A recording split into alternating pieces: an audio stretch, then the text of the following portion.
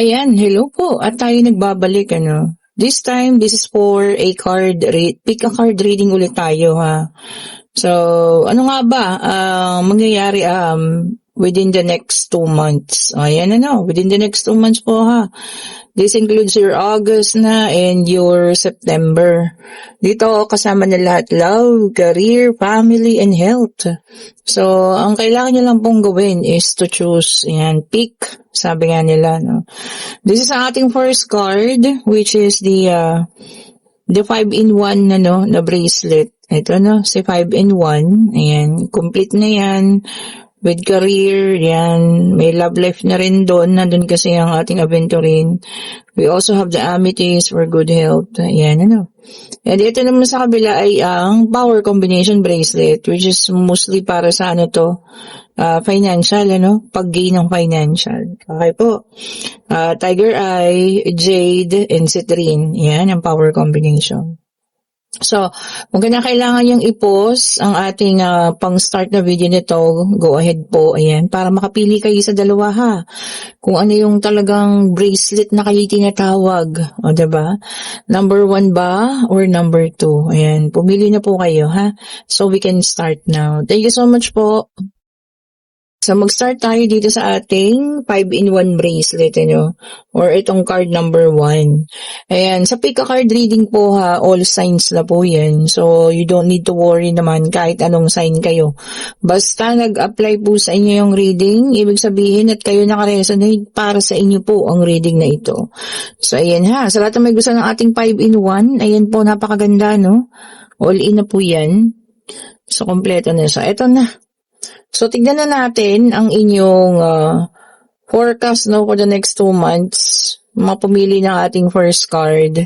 At the back of the card, meron tayo ritong Ace of Swords. Ano ba ibig sabihin ng Ace of Swords? Merong inilalaban, merong ipaglalaban, Pwede rin nagsaset ng mga boundaries. Ibig sabihin meron na tayong binibigyan, Kung tao man ito, binibigyan natin ng hangganan. Or kung yung sarili mo naman, binibigyan mo rin ng hangganan. diba? Siguro ibig mong sabihin na kung minsan napapagod din tayo, So, kailangan magpahinga rin, 'di ba? Huwag abusuhin ng sarili, huwag abusuhin ng katawan. Or hangganan din sa paggasta, hangganan sa pagkain, hangganan sa pagkilos, 'di ba? Or binibigyan mo rin ng hangganan ang iyong pagsasalita, which is good, 'di ba? Minsan kasi parang talim yung ating mga dila na nakakasakit din na hindi natin namamalayan. Ayan ha, ang dami agad sinabi dito pa lang po sa inyong unang sa back of your card. So, ito, tignan na natin, Tignan na natin. So, check natin. And we have here the 7 of Cups. Okay po. And meron din tayo ritong 4 of Swords. We also have here the Ace of Pentacles, Page of Pentacles, and meron tayong Knight of Cups. Okay. So, ito na. Dito pa lang, so dito, marami ka ng choices. Siguro single ka, or magiging single, or talagang walang karelasyon as of the moment, ha. So, sa mga single ito, pwede rin namang hindi, basta kung makaresonate ka, Kasi sa nakikita ko dito, marami namang option para sa'yo, Pero gusto mo lang ng katahimikan. So, this is about your love life muna, Surprisingly, nauna ang love life natin. Ayan. So, pumili ng 1, ha. So, ito, maranahimik, Pero maraming option, sabi ko nga, marami kang pagpipilian dito. Kaya lang, sabi ko, you choose to, be silent. Gusto mo ng katahimikan, Sa ngayon sa muna, And, merong, bagay din na pinag-iipunan or pinag-iisipan pa. So, hindi ka open ngayon sa mga relationship or whatsoever po, Pero regardless, sabi ko nga kahit wala ka ngayong, kumbaga hindi ka open sa relationship at wala kang nararamdaman kung kanino mang tao, meron at meron pong darating. Tignan nyo ha. This is a Knight of Cups. May magpaparamdam na naman sa'yo ng kilig. Ayan yung mga feeling, syempre, alam nyo na, yung pakiramdam ng pagiging in love, kinikilig-kilig, o yan ha. So, ibig sabihin, kahit ayaw mo, darating at darating po ang taong ito. Ayan. Kaya lang nga sabi ko, meron ka kasing pinag-iipunan, meron kang inaayos, meron kang gusto mo nang gawin. So, gusto mo ng silence. Yun nga lang, kahit naman nahimik ka, merong darating po. Ayan ha. So, ito yung mga wala pang kapartner. So, may expect nyo na. Within the next 2 months, may darating sa inyo. Somebody na magpaparamdam po. Kahit na magtulog-tulugan ka dyan. Kasi tulog yun O, ito na, tingnan natin sa second deck. Then, meron tayo dito ang 9 of Cups. Ayan. And we have here the 8 of Swords. Okay po. Meron din tayo ditong the Lovers. And meron tayo ditong the Death card. Okay. So, dito naman sa second, parang nakita ko na dito about sa finances na to. So, merong situation ngayon na parang medyo tayo kinakapos. Ayan, no? Kahit na gusto natin, marami tayong gustong gawin. Gusto nating bilhin ng bagay na to. Gusto nating umalis. Gusto nating mag-travel. Pero hindi natin magawa. Siguro may tightness, kulang sa budget, Parang ganun. O, ayan ha. Or, medyo katatapos lang or nag-end lang ang isang relationship. So, medyo masakit pa rin. Takpan nga natin sexy kasi siya. So, parang ganun, pwedeng relationship yung kulong sa'yo sa sitwasyon kaya hindi ka makagalaw. Or kulang din sa budget. Pero ito, ang maganda, paparating na kung kailangan ng budget. Ayan na, So, extra income is coming. So, nakita niyo yan, 9 of Cups. So, mapupuno ulit ang mga cups natin, So, kung ano man yung na-lost, nawala, especially kung financial man yan, ito may paparating ng bago. And of course, kung meron namang problema, dahil nga sa iniisip mo pa rin yung ex mo or nasasaktan ka pa rin hanggang ngayon, everything will end. So, may pagtatapos naman. So, matatapos at matatapos din po kung ano man itong mga pinagdadaanan natin, Pero through financial, so eto na, paparating na, So, kung financial din yan, na medyo nahihirapan tayo sa ngayon, matatapos na rin po yan. Oh, diba? Ang ganda, ha? So, may ganun kasi, kaya tayo naiipit, Baka sobrang nasaktan, hindi gumagawa muna. Talagang, alam mo yun, nakakulong lang, ayaw magtrabaho, ganyan. Mahirapan ka noon, diba? Mauubusan ka, kahit may ipon ka, mauubos yan. So, galaw-galaw na ha, kumilos na, para matupad na lahat ng mga kahilingan mo. We have here the 4 Pentacles, and we also have here the Sun. And we have here the 5 of Pentacles. And meron tayo ritong Queen of Swords. So, ayan. And this is also for the career naman. Nakita ko rito, about career ito. Yun lang, for some of you, parang ang tingin ninyo, hindi sapat yung mga pasweldo dun sa mga ginagawa ninyo. Parang feeling ninyo overwork. Diba? So, super positive nga naman because the positivity is here, And this is also a good card. Ibig sabihin, if ever, maghanap ka ng work within the next 2 months, yes, makakayanan mo. O, diba? So, wag na siguro yung August, baka pagpapasok na ng September.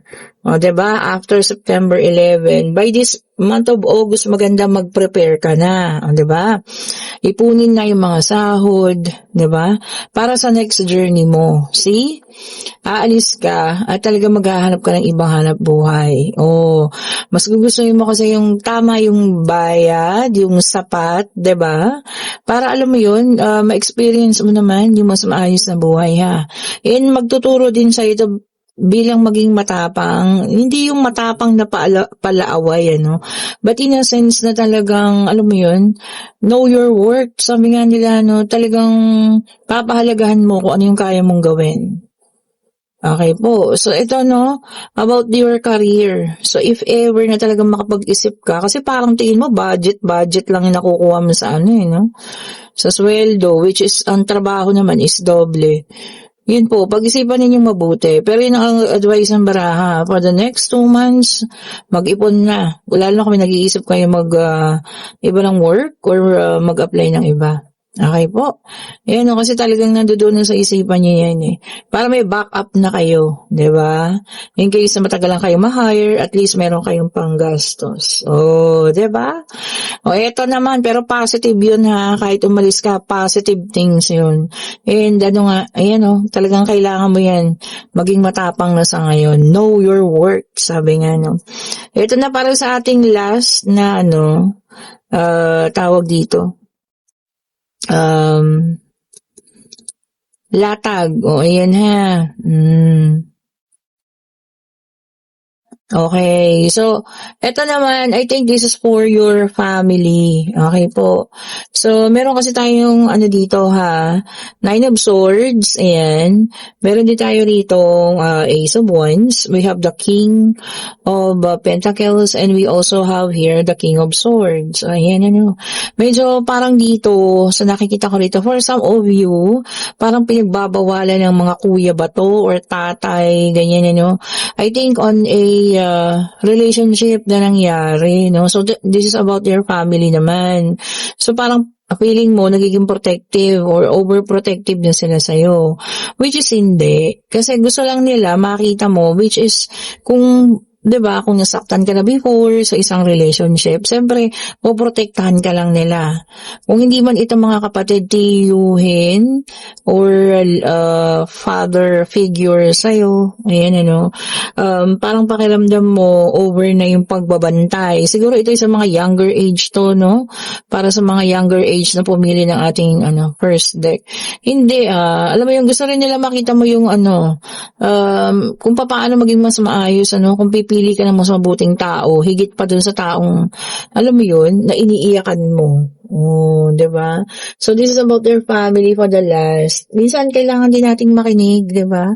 Especially kung sila ay mas may edad sa iyo, mas may experience, 'di ba? Mas may nalalaman about the relationship, tapos ikaw medyo bata-bata pa, 'di ba? Or they will give you advices, 'di ba? Mga tao na talagang alam mo 'yun, nagke-care, minamahal ka po. So 'yun ang mga taong magbibigay sa inyo ng advices. Oh, 'di ba? So, eto ang in store for the next 2 months, meron tayong love dyan. May career, yan. Siyempre, yung financial natin. And of course, meron tungkol din sa family, Family love. O, ayan ha. O, ayan, tignan nyo kung kayong nakarelate. Ibig sabihin para sa inyo po ito. At kung gusto niyo ating rating pa, like pa, share, subscribe and hit the notification bell para lagi kayong updated sa mga bagong videos na nire-release natin ha. And thank you so much po for watching. Ayan ha, tignan natin yung mga pumili para ng ating power combination bracelets. Thank you po sa lahat. Dito naman tayo sa pumili ng card number 2, which is yung sabi ko nga kanina, This is the power combination bracelet. Mostly, ito ang mga nagre-request nito sa akin or yung mga bumibili is for financial talaga. O, yan ha. Especially yung nakakaranas ng medyo hindi magandang sales, ganyan. Yan talaga po ang nire-request nila. Ito yung mga binibili nila, mga may konting business, ganyan, or sa work-related, mga gusto ng promotion. Yan po ha, power combination and also yung mga original citrine, ganyan po. Okay, so tignan na natin without further ado kung ano ang nasa back ng inyong card. Okay, Page of Swords. Eto rin, parang alam niyo yun, yung karamihan ng pumili ng card na to, nagsaset din ng boundaries, parang dun sa isa. Or, alam niyo yun, parang gusto yung sabihin, naku, yun na akong lokohin, hindi ako ganun kadaling maloko. O, diba? Parang gusto mong ipakita sa kanila na tama na. Tama na yun. Hanggang doon na lang yun. Kung ano man yung mga ginagawa yung kalokohan sa akin. Sa likod ko, sa harapan ko pa yan. Or whatsoever, So, yan. May magsiset ng boundaries. May ipapakita yung tapang, which is good. Minsan, kailangan din natin ipakita yun Diba? Hindi yung sunod-sunuran na lang palagi. Okay? So, ito na.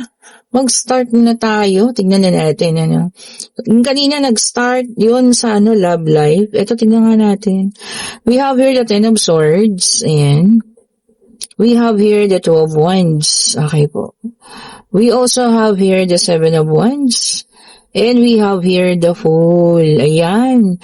Alam mo, ito naman, I think love life din ito sa ating unang latag. Meron kasi ditong super danas niya na yung pananakit ng person niya, no? Ayan, no? Baga paulit-ulit na lang. May cheating issue, may backstabbing, merong, tawag dito? Pangloloko, merong third party situation. So, alam na 10 beses na nangyari. No? Baga paulit-ulit na lang. And then, you're going to make your choice. Ayan ha. So, ngayong ito, the next 2 months, pipili ka na. Pipiliin mo na, alam mo kung ano, yung kalayaan mo, ay patutuloy mo pa rin yung pagtatanggol mo sa taong ito na mali na yung ginagawa. Kasi ayan, no, kahit mali, no, gusto mong ipakita dun sa mga taong nagmamali sa'yo na hindi, baka magbabago pa siya or something. Mahal ako ng taong ito. Pero hindi po. By the next 2 months, mamimili ka. Mamimili ka ng landas sa pupuntahan mo. Between eto ka, yung pagiging should I say, syunga-syunga. Kasi diba, pero kasi pag nagmahal, diba, yun din kasi, walang question yun. And or gusto mo nito, kalayaan, kung saan mas magiging maayos ang pag-iisip mo, mas magiging tahimik, mas magkakaroon ka ng peace of mind. Oh, ayan ha. So, first reading or first latag is about love life agad. Oh, 'di ba? Alam mo, siguro karamihan talaga sa inyo, no? Yun talaga yung unang nasa sa isip. Okay? So, ititingnan natin kung ano naman ang susunod baka tungkol sa financial. Oh, ayan ha. Or career man ito or about sa family. So, tignan natin Okay. Alam mo dito, I think this is for your career. O, ayan ha. So, yung iba sa inyo, no? Kasi parang dito, meron na ring awakening. Meron mga pangyayari sa trabaho ninyo. Kagaya nito, no? Talagang pilit kang sinisiraan. Pilit kang sinisira. No? So, dito may choices din. Ayan, no? May choices ka na umalis at makapaghanap ng ibang trabaho or meron din nasusunod ka na lang sa kanila at hahayaan mo na lang yung mga ganong pangyayari. Kumbaga, mas pipiliin mo ba ng trabaho mo or pipiliin mong umalis? For the next 2 months yan ha, pag-iisipan ninyo yan. Kasi kung sa trabaho at trabaho naman, wala ka naman problema eh. Ang problema mo, itong mga kasama mo. Diba? Although, may realization din dito, no? Kasi yan parang pag-gising. So, yun yung kinakaano mo talaga. Which is, sa work, there's nothing wrong with the work. Ang problema is yung mga kasama sa work. O, diba po, no? Parang unti-unti, lumulubog ka. Alam mo yun, para kang nalalaglag dun sa mga, alam mo yun, dapat na talagang ipinaglalaban mo. Kasi, for some reason din, hindi ka rin naman paniniwalaan na mga mas matataas sa'yo. Siyempre, mas mauuna sila. Diba? Dahil mas mataas sila. Or, mas marami sila. Diba? So, dito po, depende. So, this is your career. Kung tutuloy ka sa work mo, or pipili ka ng ibang trabaho. Magaling kang tao, tingnan mo, marami kang pagpipilian dito, 3 yan, no? In other words, kung gusto mo talagang umalis, you can go. Pero kung gusto mo talaga yung trabaho mo, alam mo yan, ikaw yung matututo talagang sumunod sa kanila. Ayan. Papakita mo na susunod ka or magiging underdog ka nila, parang ganon. So, depende po sa inyo, no? Kung stressful naman na siguro yung work, why not, diba? Total, alam mo yung worth mo, diba? Maaari kang makahanap ng iba. Yun lang kasi kung magaan sa yung trabaho, alam mo na yung trabaho, no? Ang hirap din kasi po. So, kailangan talagang mamili at pag-isipan, ha? So, this is your career. O, yan. Check naman natin tong pangatlo. Okay. Check natin sa pangatlo. We have here the devil. And then, meron tayo ritong page of wands. Ayan. Ito, tingnan. Oh, so I think this is your finances. And we have here the 10 of pentacles. Oo nga. And we have here the 8 of pentacles. So, ito naman dito, I think, yes, finances na ito, no? Marami naman paparating sa'yo. Okay po. And ang iyong trabaho is okay naman. I think may mga sideline ka, but the only thing is, etong mga vices. Ano ba yung vices sa Tagalog? Ito po yung mga, ninyo, anong tawag doon? parang sugal, yung mga kinaka-addiction na ninyo, no? Okay po, or meron ding mga mahilig mag-shopping, ganyan, or mahilig sa kumain sa labas, sa mahahaling kainan, o di po ba? Yun yung mga vices or bisyo sa Tagalog, ha? So, kaya ito, kahit gaano kalaki at kahit kadami yung financial mo, nauubos dahil dito.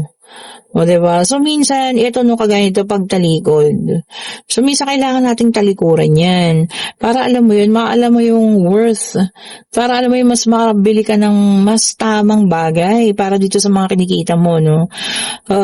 Sabihin natin, let's say, marami talaga, no, dumarating sa yung financial. Pero, diba yung mga pangarap mo, sasakyan, bahay, negosyo, wala, hindi natutupad. Ilang panahon na. Bakit? Dahil dito sa mga bisyo na to, ha? Especially kung kayo pa ay nagsusugal, umiinom, o kung ano man yung bisyo na yan. Wala talaga. Wala pong maiipon, ha? Wala kang makikitang pinaghihirapan mo kapag ka ito po yung inuuna mo. Pag sa food, let's say, okay lang din. Pero kung yung sobrang mamahalin na, naku, pag-isipan nyo rin po, ano?